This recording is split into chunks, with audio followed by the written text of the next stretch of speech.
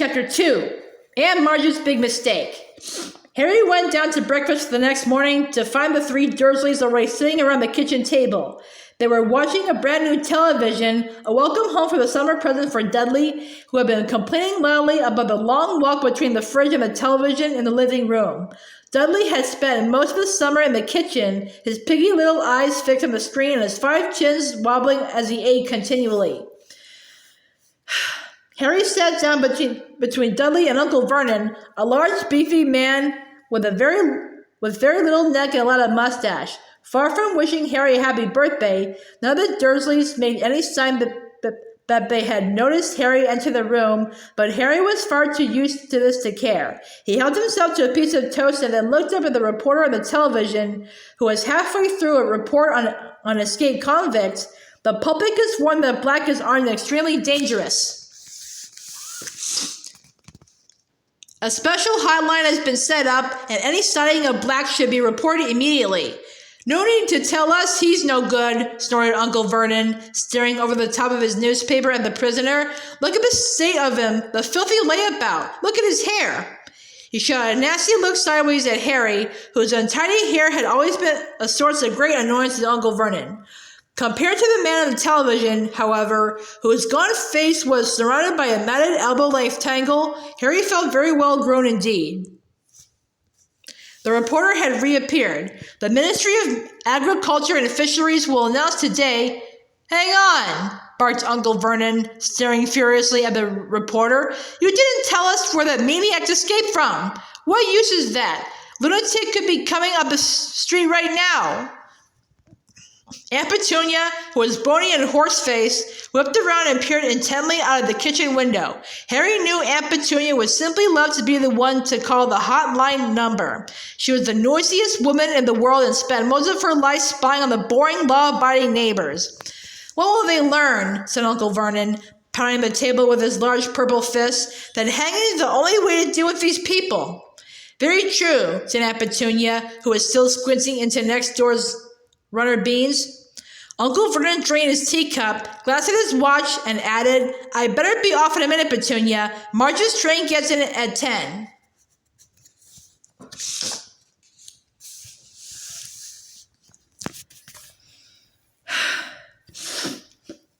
Harry, whose thoughts had been upstairs with a broomstick servicing kit, was brought back to earth with an unpleasant bump. Aunt Marge? He blurted out. She's not coming here, is she? Aunt Marge was Uncle Vernon's sister. Even though she was not a blood relative of Harry's, whose mother had been Aunt Petunia's sister, he had been forced to call her aunt all his life.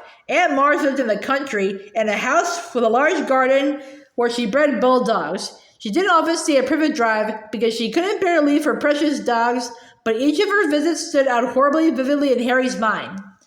At Dudley's 5th birthday party, Aunt Marge had whacked Harry around the shins with a walking stick to stop him from being Dudley at musical statues. A few years later, she had turned up at Christmas with a computerized robot for Dudley and a box of dog biscuits for Harry. On her last visit, the year before Harry started at Hogwarts, Harry had accidentally trotted on the tail of her favorite dog. Ripper had chased Harry out into the garden and up a tree, and Aunt Marge had refused to call him off until past midnight. The memory of this incident still brought tears of laughter to Dudley's eyes. Marge will be here for a week, Uncle Vernon snarled, and while we're on the subject, he pointed a fat finger threateningly at Harry. We need to get a few things straight before I go and collect her. Dudley smirked and withdrew his gaze from the television. Watching Harry being bullied by Uncle Vernon was Dudley's favorite form of entertainment.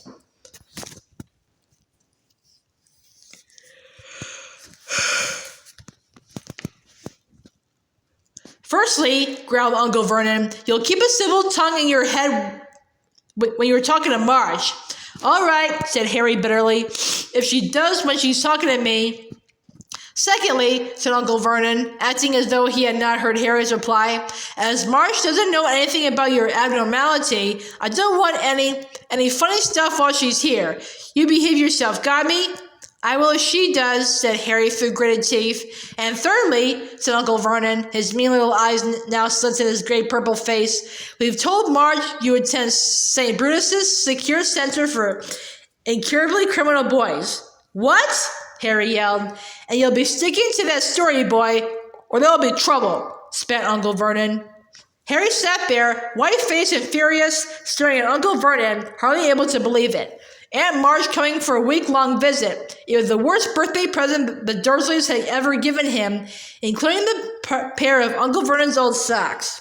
Well, Petunia, said Uncle Vernon, getting heavily to his feet, I'll be out to the station then. Want to come along for the ride, Dudders? No, said Dudley, whose attention had returned to the television now that Uncle Vernon had finished threatening Harry. Dudley's got to make himself smart for his auntie, said Aunt Petunia, smoothing Dudley's thick blonde hair. Mummy's bought him a lovely new bow tie. Uncle Vernon clapped Dudley on his perky shoulder.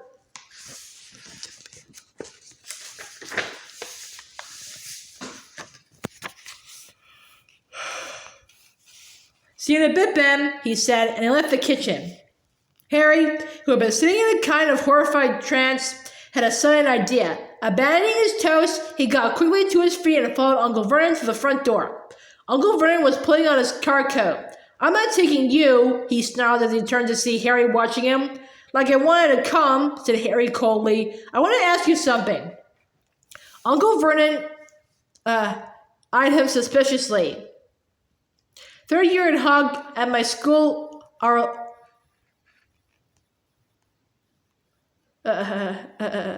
Third years at Hog at my school are allowed to visit the village sometime, said Harry.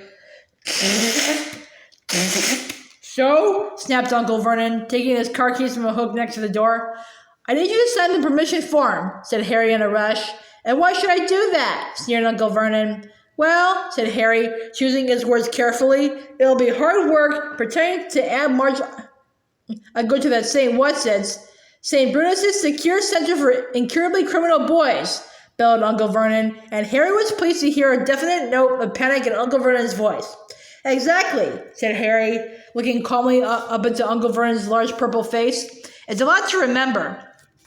I'll have to make it sound convincing, won't I? What if I accidentally let something slip? You'll get the stuffing knocked out of you, won't you? Roared Uncle Vernon, advancing on Harry with his first fist raised. But Harry stood his ground. Knocking the stuffing out of me won't make Aunt Marge forget what I could tell her, he said grimly. Uncle Vernon stopped, his fist still raised, his face an ugly puce. But if you sign my permission form, Harry went on quickly, I swear I'll remember where I'm supposed to go to school, and I'll act like a mug, like I'm normal and everything. Harry could tell that Uncle Vernon was thinking it over, even if his teeth were bared and a vein was throbbing in his temple. Right, he snapped finally. I shall monitor your behavior carefully during Marge's visit. If, at the end of it, you've towed the line and kept to the story, I'll sign your ready form. He wheeled around, pulled open the front door, and slammed it so hard that one of the little panes of glass at the top fell out. Harry didn't return to the kitchen. He went back upstairs to his bedroom. If he was going to act like a real muggle, he better start now. Slowly and sadly, he gathered up all his presents and his birthday cards and hid them under the loose floorboard with his homework. Then he went to Hedwig's cage. Errol seemed to have recovered. He and Hedwig were both asleep, heads under their wings. Harry sighed, then poked them both awake. Hedwig, he said gloomily, you're going to have to clear off for a week. Go with Errol. Ron will look after you. I'll write him a note explaining. And don't look at me like that. Hedwig's large amber eyes were reproachful. It's not my fault. It's the only way I'll be allowed to visit Hogsmeade with Ron and Hermione. 10 minutes later, Errol and Hedwig, who had a note to Ron bound to her leg, soared out of the window and out of sight. Harry, now feeling thoroughly miserable, put the empty cageway inside the wardrobe. But Harry didn't have long to brood. In next to no time,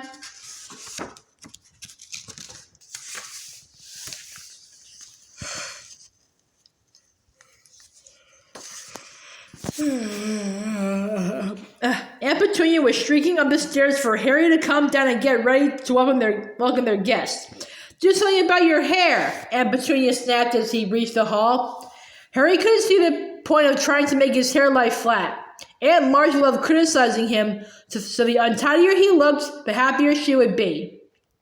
All too soon, there was a crunch of gravel outside as Uncle Vernon's car pulled back into the driveway.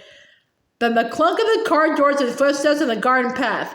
Get the door, Aunt Petunia hissed at Harry. A feeling of great gloom in his stomach, Harry pulled the door open. On the threshold stood Aunt Marge. She was very like Uncle Vernon, large, beefy, and purple-faced. She even had a mustache, though not as bushy as his. In one hand, she held an enormous suitcase, and tucked under the other was an old and evil-tempered bulldog. "Where's my dudders?" roared Aunt Marge. "Where's my Neffy Poo?" Dudley came waddling down the hall, his blonde hair plastered flat to his fat head, a bow tie just visible under his many chins. Aunt Marge thrust the suitcase into Harry's stomach, knocking the wind out of him, seized Dudley in a tight one-armed hug, and planted a large kiss on his cheek. Harry knew perfectly well that Dudley only put up with Aunt Marge's hugs because he was paid for it, and sure enough, when they broke apart, Dudley had a crisp 20-pound note clutched to his fat fist. "Petunia!" shouted Aunt Marge, striding past Harry as though he was a hat stand. Aunt Marge and Aunt Petunia kissed, or rather, Aunt Marge bumped her large jaw against Aunt Petunia's bony cheekbone. Uncle Vernon now came in, smiling jovially as he shut the door. "Tea, Marge?" he said. "And what will Ripper take?" "Ripper can have some tea out of my saucer," said Aunt Marge as they all proceeded into the kitchen, leaving Harry alone in the hall with the suitcase. But Harry wasn't complaining. Any excuse not to be with Aunt Marge was fine by him, so he began to heave the case upstairs into the spare bedroom, taking as long as he could. By the time he got back to the kitchen, Aunt Marge had been supplied with tea and fruitcake, and Ripper was lapping noisily in the corner. Harry saw Aunt Petunia wince slightly as specks of tea and drool flecked her clean floor. Aunt Petunia hated animals. "Who's looking after the other dogs, Marge?" Uncle Vernon asked. "Oh, I've got Colonel Fubster managing them," boomed Aunt Marge. "He's retired now. Good for him to have something to do. But I couldn't leave poor old Ripper. He pines if he's away from me." Ripper began to growl again as Harry sat down. This directed Aunt Marge's attention to Harry for the first time. "So," she barked, "still here, are you?" "Yes," said Harry. "Don't you say yes in that ungrateful tone," Aunt Marge growled. "It's damn good of Vernon and Petunia to keep you. Wouldn't have done it myself. You'd have gone straight to an orphanage if you'd been dumped on my doorstep."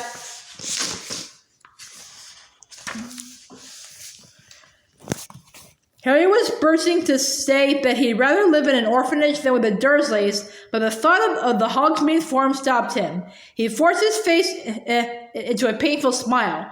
"Don't you smirk at me," boomed Aunt Marge. "I can see you haven't improved since I last saw you. I hope school would knock some manners into you." She took a large gulp of tea, wiped her mustache, and said, "Where is it that you sent him again, Vernon?" "St. Brutus's," said Uncle Vernon promptly. "It's a first-rate institution for hopeless cases." "I see," said Aunt Marge. "Do they use the cane at St. Brutus's, boy?" She barked across the table. Uncle Vernon nodded curtly behind Aunt Marge's back. "Yes," said Harry. Then, feeling he might as well do the thing properly, he added, "all the time."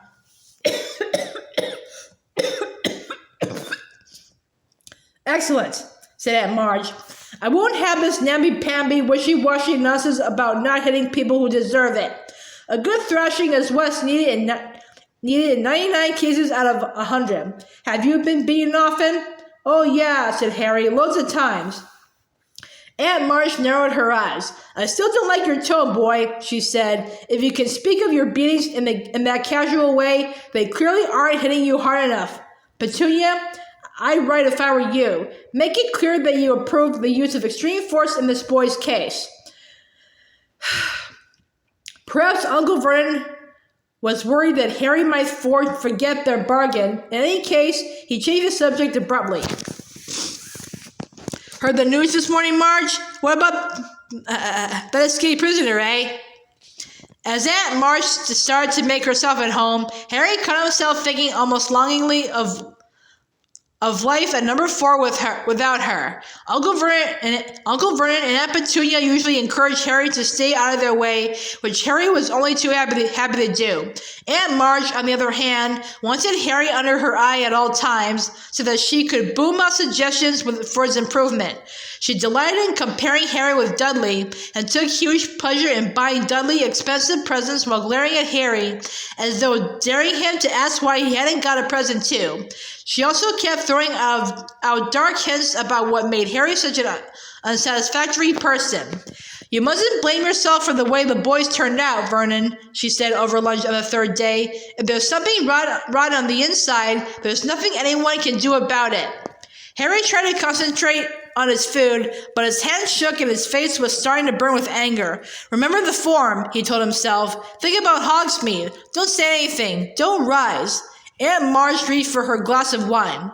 "It's one of the basic rules of breeding," she said. "You see it all the time with dogs. If there's something wrong with the biatch,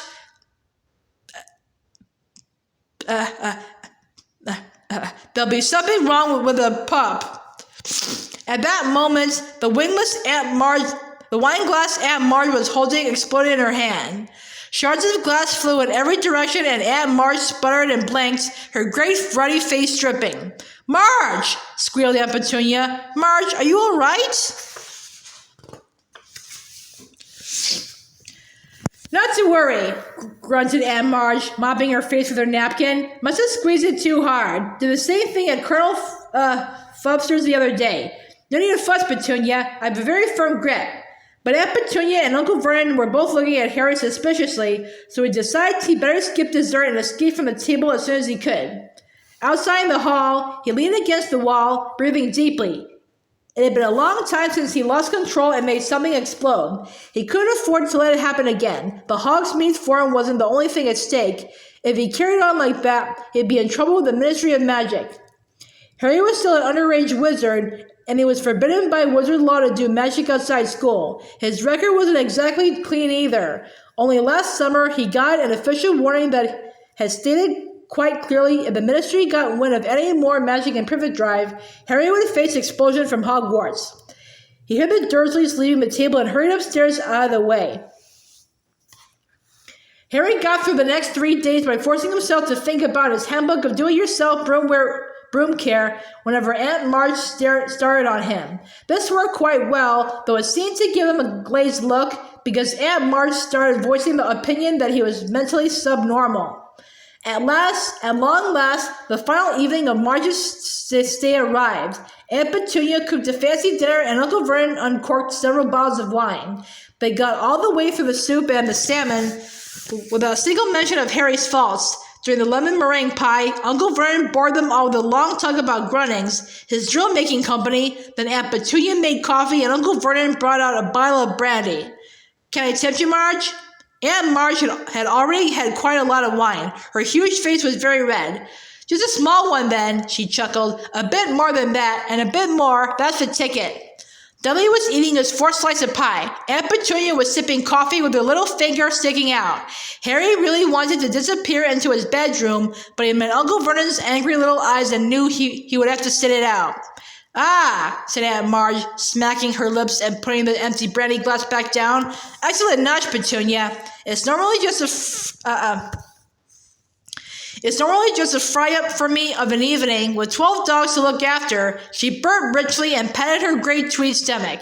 "Pardon me, but I do like to see a healthy-sized boy," she went on, winking at Dudley. "You'll be a proper-sized man, Dudders, like your father. Yes, I'll have a spot more brandy, Vernon. Now this one here," she jerked her head at Harry, who felt his stomach clench. "The handbook," he thought quickly. "This one's got a mean runty look about him. You get that with dogs. I had Colonel Fubster drown one last year. Ratty little thing it was. Weak, underbred." Harry was trying to remember page 12 of his book. A chart to cure reluctant reversers.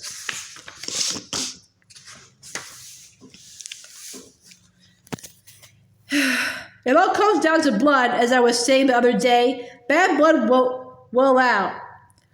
Now I'm saying nothing against your family, Petunia. She patted Aunt Petunia's bony hand with a shovel-like one. But your sister was a bad egg. They turn out in the best families. But she ran off with a wastrel, and here's the result right in front of us.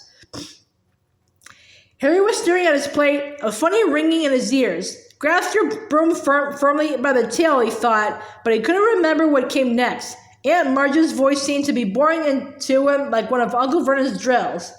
"This Potter," said Aunt Marge loudly, seizing the brandy bottle and splashing more into her glass and over the tablecloth. "You never told me what he did?"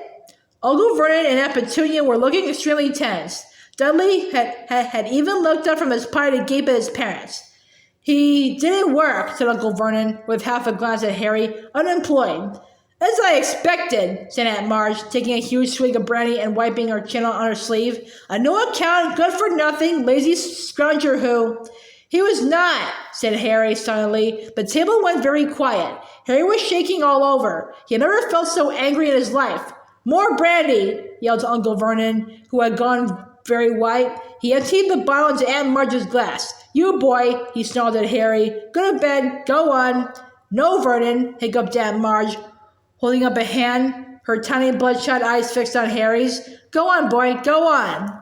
"Proud of your parents, are you?" "They go and get themselves killed in a car crash. Drunk, I expect." They didn't die in a car crash," said Harry, who found himself on his feet. They died in a car crash, you nasty little liar, and left you to be a burden on their decent, hard-working relatives," screamed Aunt Marge, swelling with fury. "You're an insolent, ungrateful little—" But Aunt Marge suddenly stopped speaking. For a moment, it looked as though words had failed her. She seemed to be swelling with inexpressible anger, but the swelling didn't stop. Her great red face started to expand, her tiny eyes bulged, and her mouth stretched too tightly for speech. Next second, several buttons had just burst from her tweed jacket and pinched off the walls. She was inflating like a monstrous balloon, her stomach bursting free of her tweed waistband, each of her fingers blowing up like a salami. "Marge!" yelled Uncle Vernon and Aunt Petunia together as Aunt Marge's whole body began to rise off her chair toward the ceiling.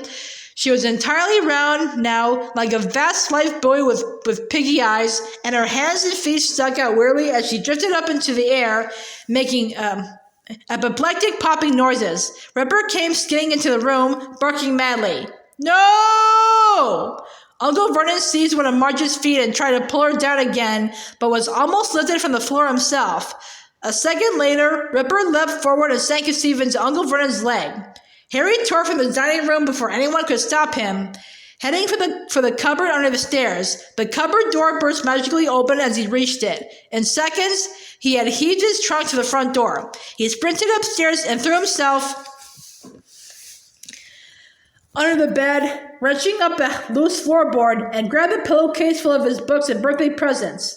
He wriggled out, seized Hedwig's empty cage, and dashed back downstairs to his trunk, just as Uncle Vernon burst out of the dining room, his trouser leg in bloody tatters. "Come back in here," he bellowed. "Come back and put her right." But a reckless rage had come over Harry. He kicked his trunk open, pulled out his wand, and pointed it at Uncle Vernon. "She deserved it," Harry said, breathing very fast. "She deserved what she got. You keep away from me." He fumbled behind him for the latch on the door. "I'm going," Harry said. "I've had enough." And in the next moment, he was out in the dark, quiet street, heaving his heavy trunk behind him, Hedwig's cage under his arm.